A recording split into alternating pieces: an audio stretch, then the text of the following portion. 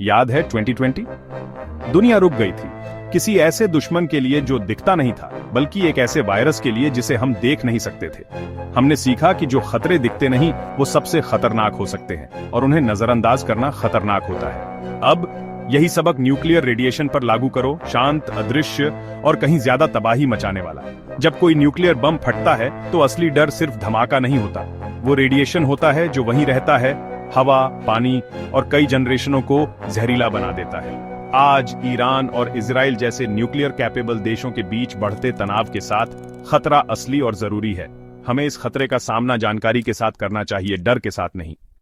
एक nuclear bomb सिर्फ एक बड़ा धमाका नहीं होता, ये एक ऐसा हथियार है जो जीवन को उसके मूल से नष्ट कर देता है। धमाका आसपास सब कुछ भाप बना देता है, लेकिन असली डर रेडियो एक्टिव फॉलआउट है। अदृश्य गामा किरणें जो चुपचाप डीएनए को फाड़ देती हैं और दर्दनाक मौत का कारण बनती है।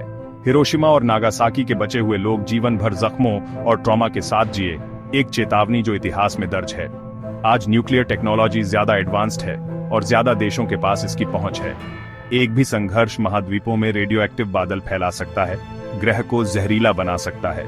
ये सिर्फ क्षेत्रीय राजनीति के बारे में नहीं है, ये मानवता के अस्तित्व के बारे में है।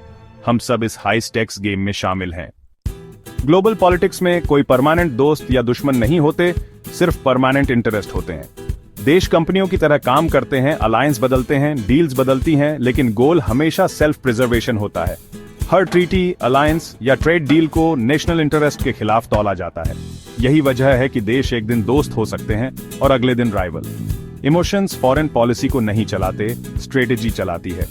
नागरिकों के तौर पर हमें ग्लोबल इवेंट्स को एक साफ स्ट्रैटेजिक दिमाग से एनालाइज करना चाहिए। ये समझना वर्ल्ड अफेयर्स को समझने की कुंजी है। ईरान और इजराइल को देखो, कड़वे राइवल, लेकिन उनके एक्शंस सिर्फ आइडियोलॉजी से नहीं बल्कि सर्वाइवल और पावर से चलते हैं। रूस दोनों तरफ खेलता है, सीरिया में ईरान के साथ काम करता है, जबकि इजराइल के साथ संबंध बनाए रखता है।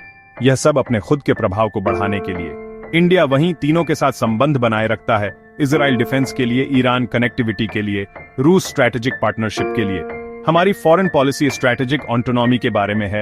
इंडिया के लिए सबसे अच्छा क्या है, ये चुनना, न कि किसी का पक्ष लेना। ये बैलेंसिंग एक्ट इंडियन डिप्लोमेसी की ताकत है।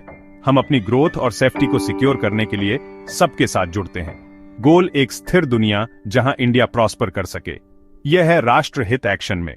तो इंडिया की यूथ के लिए क्या टेक अवे है?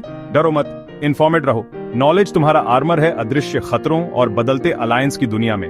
न्यूक्लियर डेंजर्स, ग्लोबल पॉलिटिक्स और इंडिया के इंटरेस्ट्स को समझो ताकि एक एम्पावर्ड सिटीजन बन सको। तुम्हारी अवेयरनेस इंडिया की ताकत है। गुस्से पर एनर्जी वेस्ट मत करो, उसे लर्निंग और क्रिटिकल थिंकिंग में लगाओ। वह जनरेशन बनो जो सिर्फ डिजिटली सैवी नहीं बल्कि जियोपॉलिटिकली अवेयर भी हो। ये मैसेज शेयर करो, नॉलेज फैलाओ और एक मजबूत इंडिया बनाने में मदद करो। जय हिंद।